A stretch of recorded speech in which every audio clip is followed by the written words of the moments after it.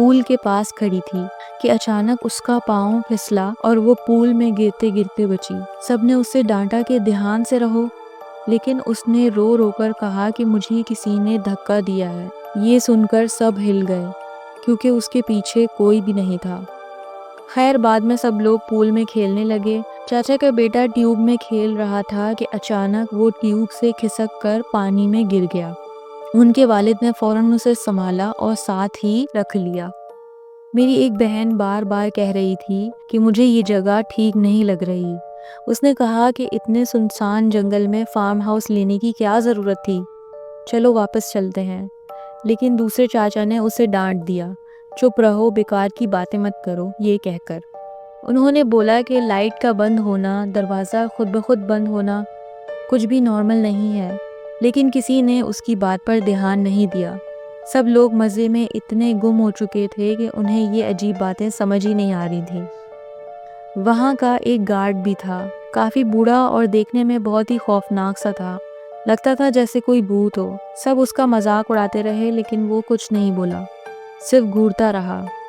رات کا وقت تھا اور تقریباً 4 بج رہے تھے جب میرے چاچا کے دونوں بچے جو پول میں نہا کر اب بھوک سے بےحال تھے، انہوں نے کھانا مانگا۔ چاچا نے پلیٹ میں بریانی ڈالی اور دونوں بچوں کو لے کر پول کے پاس کرسیوں پر بیٹھ گئے۔ وہ اپنے بچوں کا بہت خیال رکھ رہے تھے کیونکہ ان کی مما ان کے ساتھ نہیں تھی۔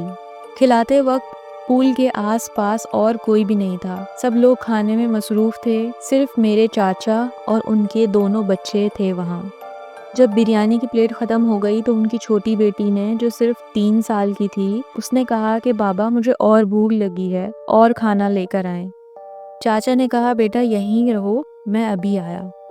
بیٹا 4 سال کا تھا اور دونوں کو وہ وہیں چھوڑ کر چاچا بریانی لینے کے لیے دوبارہ واپس اندر آ گئے۔ صرف 2-3 منٹ کے لیے غائب ہوئے۔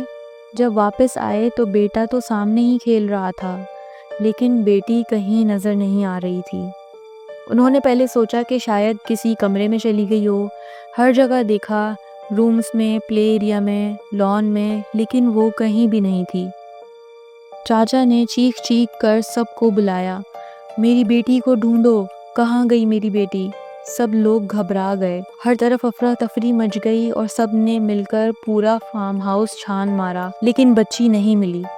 ایک آدمی نے فوراً پول میں چھلانگ لگائی۔ ہم نے پورا پول چیک کیا لیکن کوئی نشان نہیں ملا۔ فارم ہاؤس کے اندر، باہر، جھاڑیوں میں، ہر جگہ دیکھ لیا، کچھ بھی نہیں ملا۔ بچی کا کوئی نام و نشان نہیں تھا۔ رونا دھونا مچ گیا اور چاچا دیوانوں کی طرح چیخنے لگے، میری بیٹی کہاں چلی گئی؟ کس نے لے لیا اسے؟ میں کس سے پوچھوں؟ ہر کسی کے چہرے پر دہشت اور بے چینی چھا گئی تھی۔ 2 گھنٹے گزر گئے لیکن بچی کا کچھ پتہ نہیں چل رہا تھا۔ ان 2 گھنٹوں میں گارڈ کو بھی کئی بار ہم نے بلایا لیکن وہ آتا ہی نہیں تھا۔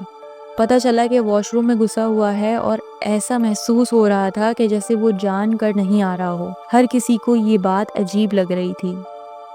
آخر کار جب گارڈ آیا تو بنا کچھ بولے سیدھا سیڑھیوں سے اتر کر پول کے ایک سائڈ چلا گیا۔ وہاں سے وہ بچی کو پانی سے نکال لایا، لیکن سب سے خوفناک بات یہ تھی کہ اس کے چہرے پر ایک ڈراؤنی سی مسکراہٹ تھی، جیسے کسی سکون میں ہو۔ جب وہ فارم ہاؤس میں آیا تھا تب اس کا چہرہ صرف سیریس لگتا تھا، لیکن اب اس کی مسکراہٹ اتنی عجیب تھی کہ سب کے دل کانپ گئے۔ سوال یہ تھا کہ اس کو کیسے پتا چلا کہ بچی وہاں ہے؟ سب لوگ پول 3-4 بار چیک کر چکے تھے لیکن کسی کو کچھ نہیں ملا، اور جب وہ بچی ملتی ہے تو وہ مردہ ہوتی ہے، بالکل نیلی پڑ چکی تھی وہ۔ جب بچی باہر نکالی تو سب لوگ جیسے پتھر کے بن گئے، کسی میں بولنے کی طاقت نہیں تھی۔ چاچا تو بالکل پاگل سے ہو گئے، وہ اپنی بیٹی کو اٹھائے چیخ رہے تھے، نہیں میرا بچہ زندہ ہے، یہ اٹھ جائے گی۔ وہ فوراً قریب کے ہاسپٹل کی طرف دوڑے۔ اندر سے انہیں ایک امید تھی کہ شاید بچی بچ جائے۔ وہ بار بار بول رہے تھے کہ مجھے یقین ہے میری بیٹی زندہ ہے، سانس واپس آ جائے گی۔ ہاسپٹل میں جا کر ڈاکٹر نے اس کو چیک کیا تو انہوں نے کہا کہ یہ بچی اب نہیں رہی۔ وہ پرانا سا ہاسپٹل تھا۔ ڈاکٹر نے بات ختم کر دی لیکن جاتے وقت روکا اور پوچھا، آپ لوگ کس جگہ سے آئے ہو؟ جب انہوں نے فارم ہاؤس کا نام لیا تو ڈاکٹر نے حیران ہو کر کہا، آپ لوگوں کا یہ پہلا کیس نہیں ہے۔ اس فارم ہاؤس کا پہلے بھی بہت برا نام ہے، وہ جگہ آسیبی ہے۔ اس پول میں صرف بچے ہی مرتے ہیں اور کافی کیس رجسٹر ہو چکے ہیں اس جگہ کے۔ ڈاکٹر نے یہ بھی بتایا کہ وہ پول خونی پول کے نام سے مشہور ہے۔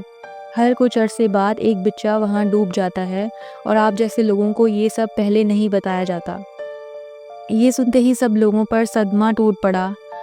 واپسی کا راستہ صرف رونا، چیخنا اور انتہائی دکھ کے ساتھ گزرا، اور عجیب بات یہ تھی کہ واپسی کا راستہ بالکل شانت تھا۔ جس جنگل میں جاتے وقت گرمی، گھٹن اور خوف تھا، اب وہاں صرف سکون تھا، جیسے کوئی روح سکون میں آ گئی ہو۔ لگتا تھا جیسے وہاں کسی کو کسی کی جان چاہیے تھی اور وہ مل گئی۔